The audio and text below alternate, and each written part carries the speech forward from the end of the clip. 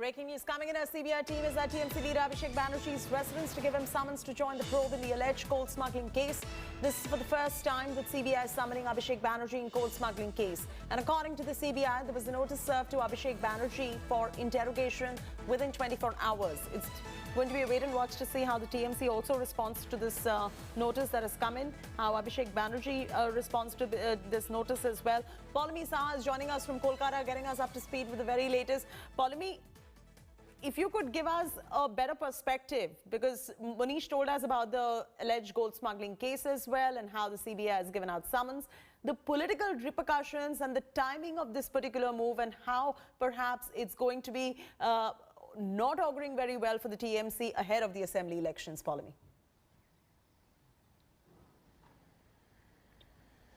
Well, definitely, we have to view this with the political perspective as well, because, West Bengal is soon to go into elections and it is a pitched battle between the TMC and the Bharatiya Janata Party that you're witnessing right now. The TMC is definitely going to cry victim over this and is going to blame, misuse of agencies in order to target the topmost echelons of the Trinamool Congress. This is Abhishek Banerjee we're talking about. He's not just a member of parliament of the Trinamool Congress from Diamond Harbour. We're talking about Mamata Banerjee's nephew, one of her closest aides and someone that the BJP has been targeting in these elections, alleging that, the aunt and the nephew have been holding a stranglehold over the party, because of which a lot of party workers, party functionaries, party leaders are disheartened, disgruntled and are making a beeline for the Bharatiya Janata Party. So they have been targeting the Pishi Bhaipo, as they are referred to, aunt and nephew in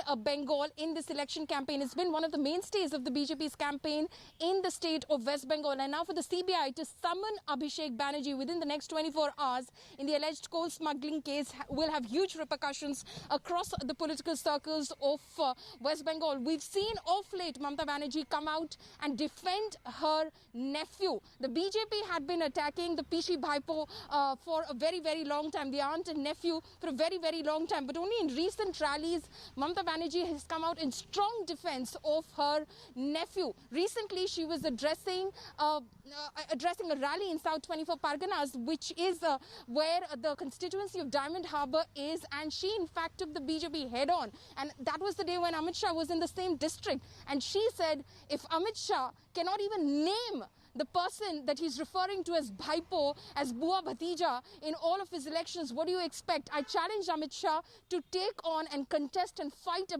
against Abhishek Banerjee and then think of taking me on. So clearly, this is going to get extremely personal as far as the TMC is concerned. Chaiti, back to you. Absolutely. And, also give our viewers a perspective on how Abhishek Banerjee is perhaps being touted as somebody who's being viewed in terms of perception as someone who's being groomed to be the future leader of the party as well.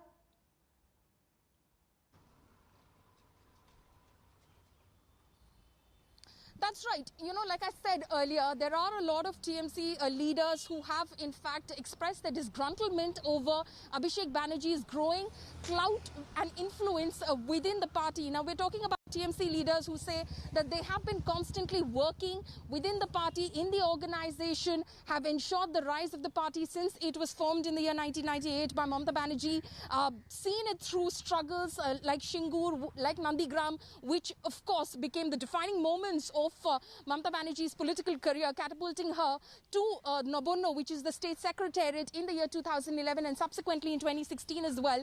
They believe that we worked so very hard and this young lad has come into the party suddenly from the family, quote unquote, and is now running the show. That is what they have not liked. Many of them cite this as one of the reasons in terms of their exit from the Trinamool Congress. Abhishek Banerjee has been growing steadily within the echelons of the Trinamool Congress after the 2016 assembly elections, and definitely rise to prominence in and after the Lok Sabha elections of 2019, which he of course contested and won from the Diamond Harbour constituency. He's a member of parliament.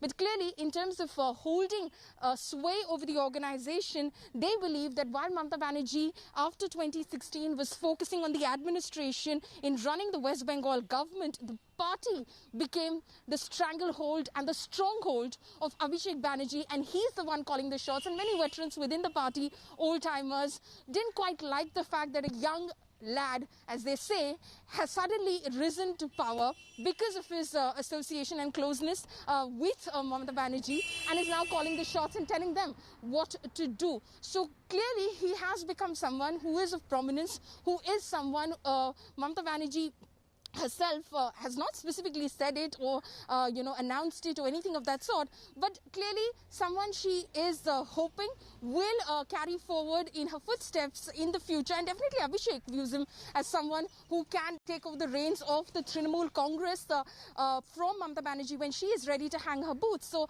this is going to be extremely significant. CBI summoning Abhishek Banerjee is going to be extremely significant because it will have ramifications as far as the elections are concerned in West Bengal. We know that just a few days ago, the Calcutta High Court gave the CBI the go-ahead to conduct across the spectrum searches, raids, the investigation, the probe as far as the alleged coal smuggling case is concerned. Earlier it was restricted to the railways only because obviously railways was a very prominent part of this alleged smuggling case, because the railways were used in order to smuggle, first illegally mine and then smuggle and transport coal. But then, of course, now the Calcutta High Court has given the go-ahead to the CBI. It has conducted raids and searches, and today has summoned Abhishek Banerjee to join the investigation. Paulami, stay on with us. I just want to tell our viewers that on India Today, first up on India Today, you're seeing the visuals coming in right there of Abhishek Banerjee's home, where the CBI team is present at his house at the moment, weeks before the Bengal polls.